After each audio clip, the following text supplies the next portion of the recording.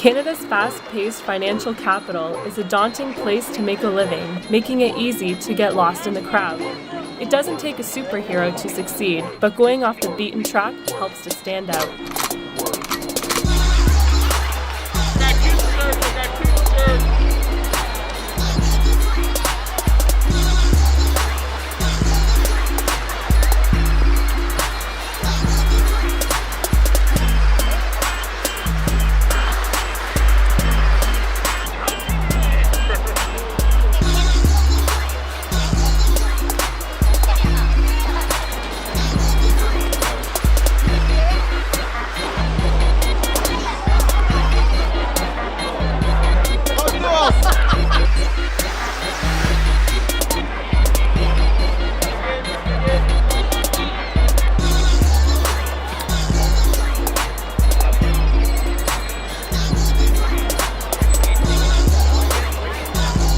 An underground economy exists within Toronto. It can be found in Chinatown, on Yonge Street, and along Queen.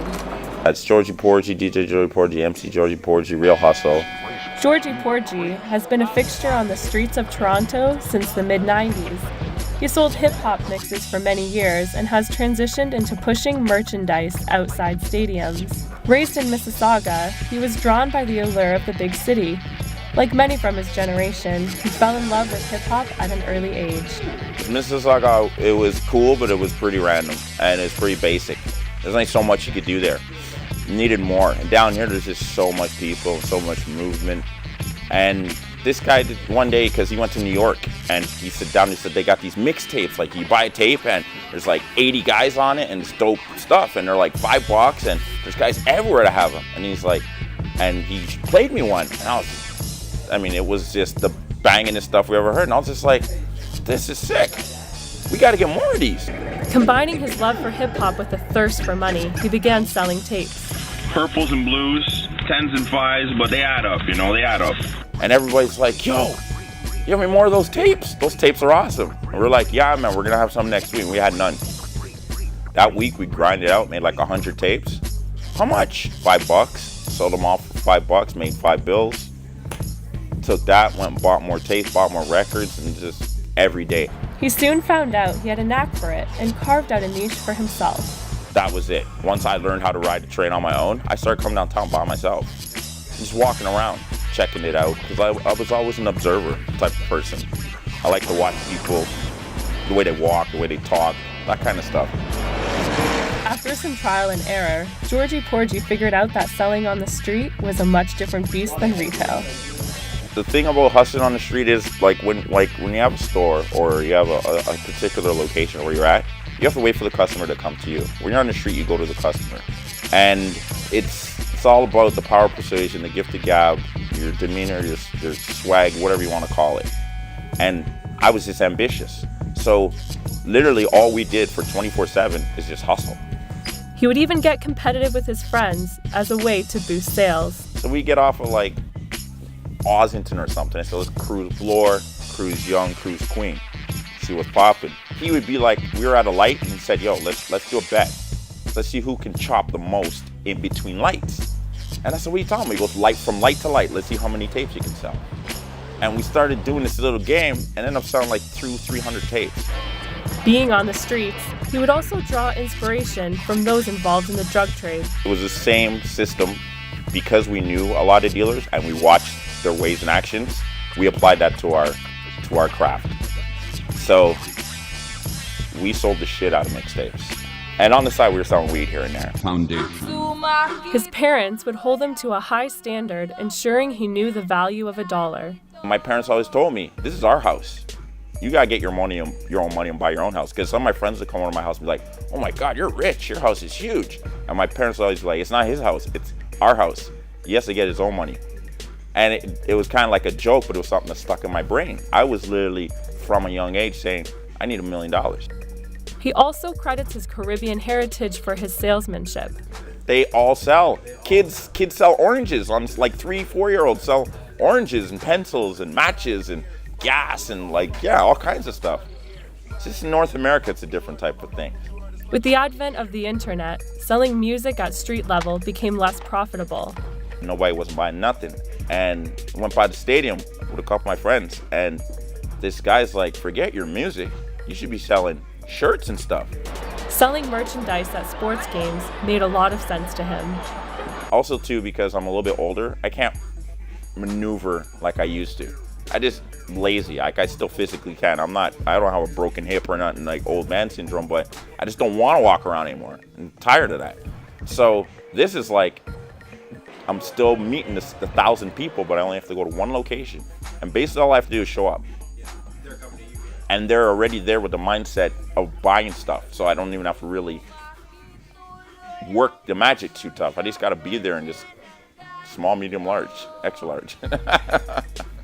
Along his journey, Georgie met a hustler with game that could rival his They own. couldn't work it, but my friend Bubba, he is like me, a bigger version of me. My brother from a different mother. And he just took to it like a duck to water. Actually, the first day I brought him out, he sold more than me.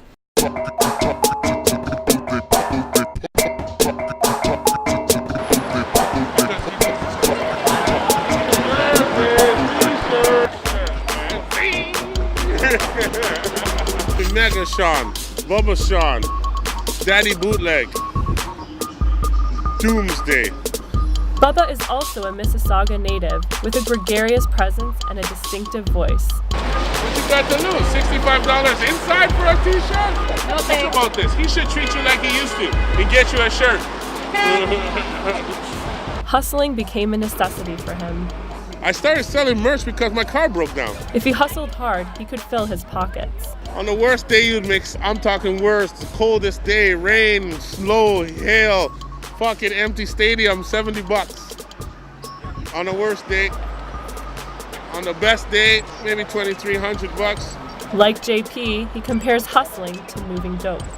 I guess you could call it legit drug dealing, you know? I'm selling the t-shirts are 20 bags, jerseys are half quarters, you know what I mean? For lack of a better term. Bubba draws upon many influences for his sales techniques. From rapping, you know, being in freestyle battles, and playing Tetris, your head is trained to think quick. Like, so when you see people, you look at what they're wearing, what they're doing, who they're with, and you use things and try and adapt it. Like, guys with their girlfriends feel kind of like less of a man if they can't afford to buy their girl. You want to play on that. You know what I mean? In addition to hustling, Bubba has had some commercial success. Straight to your bones, from the farm to the fridge. We know what you want, cause we know how you live. We got the big bad Bessie with the M-I-L-K. We be chillin'. And then the guy's like, we be chilling, want milk? More milk. That was me rapping that commercial. Also did McDonald's. That was my voice behind those farmers. And, you know, paychecks are fantastic. You know, I lived off of the commercial, I guess, for 4 years, but it's not consistent. You know what I mean? Like McDonald's and a milk commercial, because, you know, you can live for 4 years.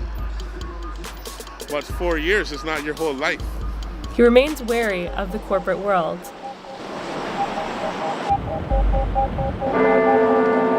I have a buddy that goes to work and he's on a contract, great graphic designer, and they make him develop a new job and then they fire him and hire someone else to do a job that he invented. So they don't have to pay benefits. They don't have to do, it's just a scam, it's a scheme. So then, you know, you come out here and you can pay. Every now and again, Bubba muses about what might be. Ladies, I see Jersey written all over your face. A lot of money. Houses, property.